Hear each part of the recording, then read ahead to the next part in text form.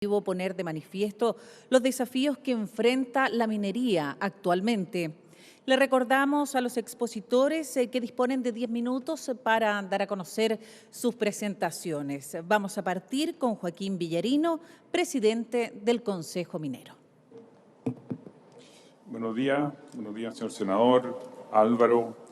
Felicitaciones por esta iniciativa y muchas gracias por la invitación y la posibilidad que se nos da para exponer desde la perspectiva de la gran minería de manera relativamente ordenada en lo posible cuáles son los desafíos que estamos enfrentando para esta minería del futuro. Y yo creo que el senador Girardi ha hecho una enumeración de desafíos que de alguna manera me invitan a hacerme cargo, algunos de ellos, porque me parece que hay antecedentes que demuestran que la industria se ha puesto de alguna manera a trabajar en ellos no en el último tiempo, sino hace varios años. Sin lugar a dudas tenemos dos o tres grupos de desafíos claros. El primero es de carácter ambiental, el segundo es de carácter territorial ciudadano, por ponerle algún término, y el tercero es de carácter más bien tecnológico de procesos internos de la industria.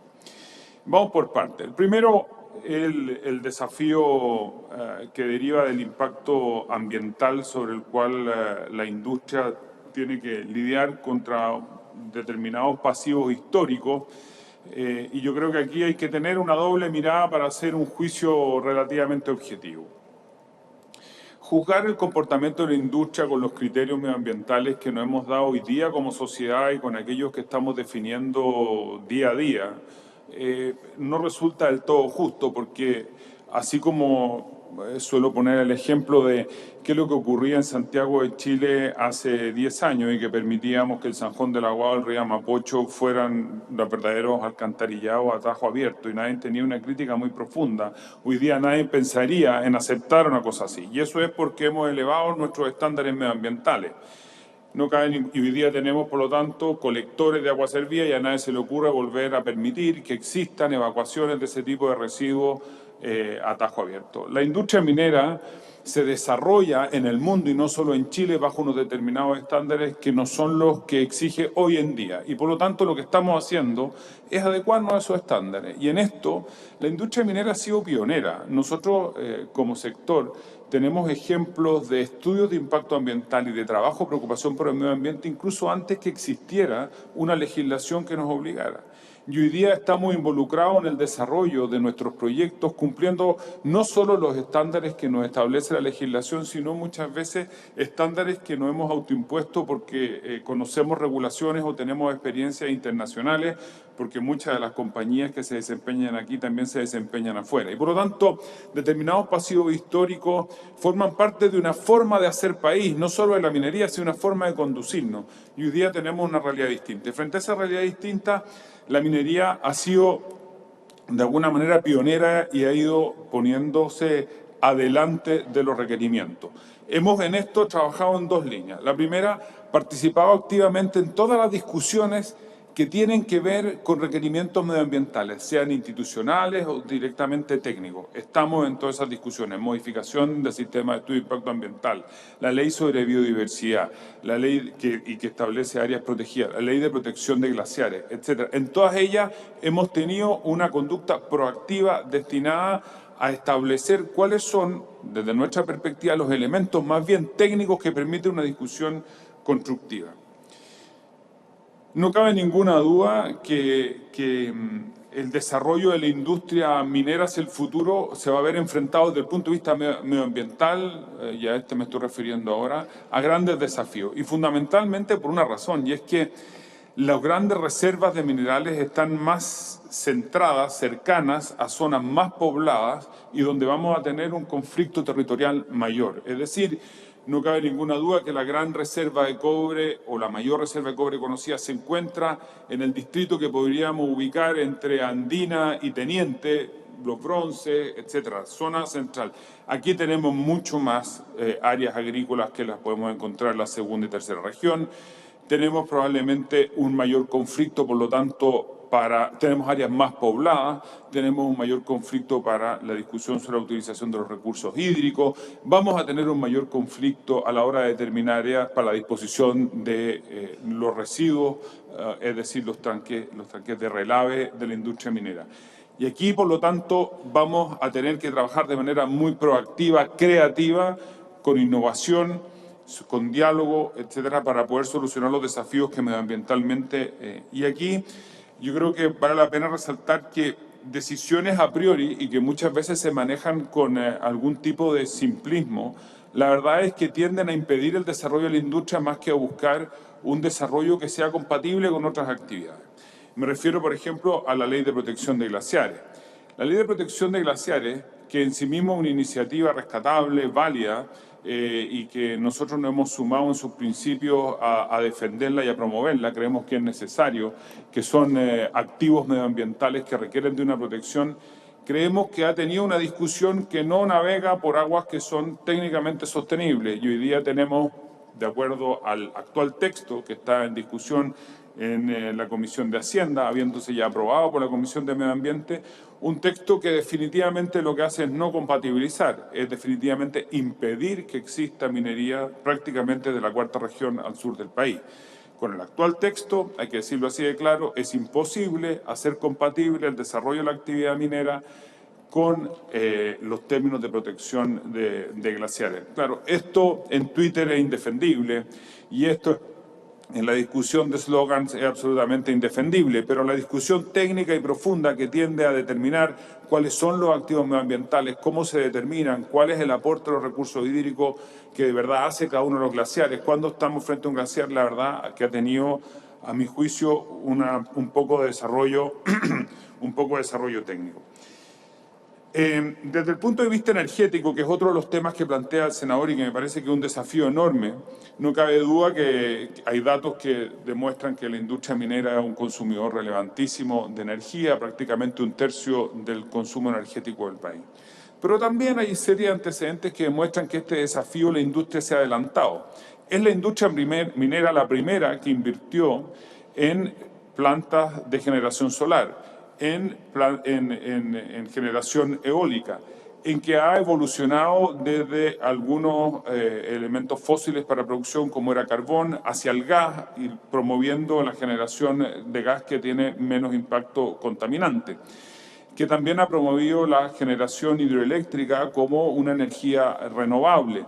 Es decir, nosotros nos hemos adelantado al gran movimiento que existe hoy día. Y si no hemos ido a una inversión más extensa, es básicamente porque lo que esperábamos que existieran las políticas públicas que incentivaran una competencia adecuada para que se incorporara este tipo de matriz de energía en nuestra matriz energética. Y lo que hemos visto con la última licitación, que no beneficia directamente a la industria minera porque es cliente libre y no cliente regulado, pero que esperamos que se vean traspasados los precios más pronto que tarde a la industria, lo que hemos visto es una incorporación a nuestra matriz de energías renovables que nosotros hemos promovido, y lo que haremos probablemente en las futuras licitaciones será poner para los clientes libres todos los incentivos necesarios para que estos sean nuestros proveedores. Aquí la demanda de innovación está en los generadores, la demanda de innovación para bajar los costos está en los generadores y creo que aquí se han puesto las claves y los ladrillos necesarios para que eso ocurra de manera adecuada. Respecto al consumo de recursos hídricos, yo creo que la industria minera también aquí se ha adelantado porque es la primera industria que ha utilizado agua de mar y cada vez existe una participación en el consumo hídrico de la industria mayor de un porcentaje de agua de mar desalada o sin desalar. En segundo lugar, en todos los procesos hemos utilizado sistemas de recirculación de recursos hídricos que llevan a guarismos superiores al 75%. Eso quiere decir una industria que se preocupa por la eficiencia energética, la eficiencia en el consumo de recursos hídricos. Y esto es importante porque muchas veces se tiende a pensar y no se tiende a pensar, incluso se señala que ha sido la industria minera la que ha secado el desierto más árido del mundo, pero la verdad es que las cifras demuestran que a nivel nacional la industria minera, y estas son cifras corroboradas por los consumos de nuestros socios, pero además por información que maneja Cochín con la Dirección General de Agua, A nivel nacional no superamos el 4% total de consumo de recursos hídricos. A nivel de regiones mineras, incluyendo la sexta y la metropolitana, no supera el 4%, no supera el 5%. Y en las regiones donde existe mayor consumo no supera el 35%. Esto quiere decir que frente a la discusión de Twitter nuevamente vamos perdiendo por paliza, pero frente a los datos que suelen valer más que las opiniones, la industria minera ha hecho bien el trabajo también aquí. Y por último, el último desafío fundamental en estos 10 minutos dice relación obviamente con el relacionamiento con las comunidades y con los ciudadanos que viven en torno a los yacimientos mineros. Yo creo que aquí existe un problema que es evidente y que está cada vez más demostrado en la oposición que grupos ciudadanos no menores tienen frente al desarrollo de grandes proyectos, y los mineros no han sido una excepción. ¿Cómo resolver esto? Yo creo que esto requiere de verdad, si nosotros queremos como país seguir teniendo minería, porque me da la impresión que si este no es parte de este acuerdo del país que queremos, la verdad que tenemos argumentos suficientes para pensar que hay que ir pensando en el cierre de las faenas mineras en el mediano plazo. Si nosotros queremos de verdad hacer viable el desarrollo de la actividad minera, no cabe ninguna duda que tenemos que caminar en tres líneas. La primera, desde el punto de vista de las industrias y de las propias compañías mineras, tenemos que hacer un esfuerzo enorme porque el diálogo con las comunidades sea un diálogo cada vez más transversal y no vertical, donde de verdad las comunidades en la preparación de los proyectos tengan un conocimiento, injerencia y voz más evidente de la que han tenido hasta hoy día.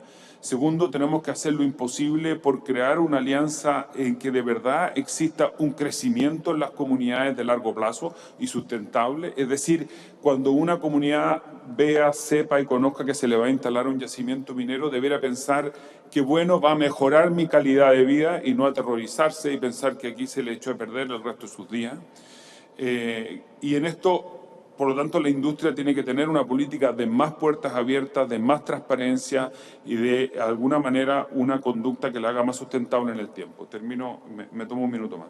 En segundo lugar, creemos que tienen que haber políticas públicas que fomenten no solo el conocimiento, sino también de manera adecuada una conciliación adecuada entre las políticas públicas que se adoptan para el desarrollo de los territorios y las políticas que se le exigen a la industria minera.